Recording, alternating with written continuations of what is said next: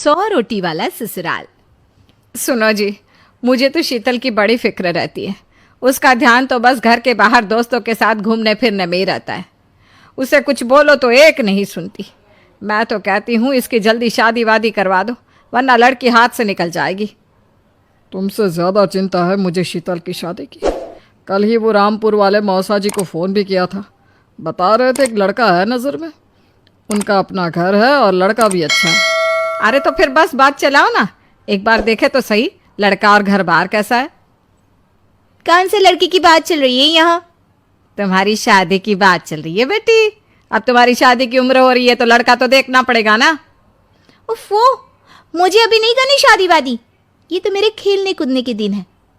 बहुत खेल कूद ली तुम। अब घर के काम धाम सीखने की कोशिश करो, समझी? ससुराल जाकर हमारी नाक मत कटवा देना।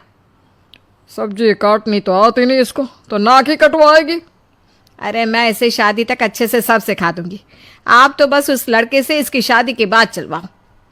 कुछ दिनों बाद कुणाल और उसकी माँ शीतल को देखने घर आते हैं। कुणाल दिखने में बड़ा ही स्मार्ट होता है। शीतल तो उसे देखती ही रह जाती है। देखो जी, हमारी कोई डिमांड तो है नहीं, बस हम चाहते हैं कि लड़की घरेलू हो, घर के सारे कामकाज संभाल ले। अब आपके परिवार में तो बस 3 ही लोग हैं, पर हमारा तो खूब भरा पूरा परिवार है। बाकी हमें लड़की के घूमने फिरने दोस्तों से मिलने से कोई दिक्कत नहीं है। घर का काम करने के बाद जो चाहे सो करे। अरे वाह, ये तो इतने बढ़िया लोग हैं। लड़का भी इतना स्मार्ट है और ऊपर से इन्हें मेरे घूमने फिरने से भी कोई दिक्कत नहीं है। हे भगवान, तूने तो बिना मांगे ही मुझे सब दे दिया। बताओ जी, और क्या चाहिए हमें? हमारी तरफ से तो रिश्ता पक्का है जी। बस फिर तो हंसी खुशी शीतल और कुणाल की शादी हो जाती है। शीतल मन ही मन बड़ी खुश होती है और उसी खुशी के साथ वो अपने ससुराल में कदम रखती है। आओ बहू, तुम्हारा अपने ससुराल में स्वागत है। ये मिलो अपने परिवार से। ये तुम्हारे ससुर जी, तुम्हारी ननद सुनीता और गीता, सुनीता के पति राजेश और उनके 2 बच्चे राजू और चिंटू। ये ना हमारे साथ यहीं रहते हैं। ये तुम्हारी दादी सास हैं और बाकी लोग अभी बाहर गए हुए हैं। इतने सारे लोग, ये सब यहीं रहते हैं इस घर में? अरे अभी तो मेरे देवर देवरानी और उनके 3 बच्चे यहाँ नहीं है। उसके मायके में भी शादी थी ना, तो बस वहीं गई है। कल तक आ जाएंगे।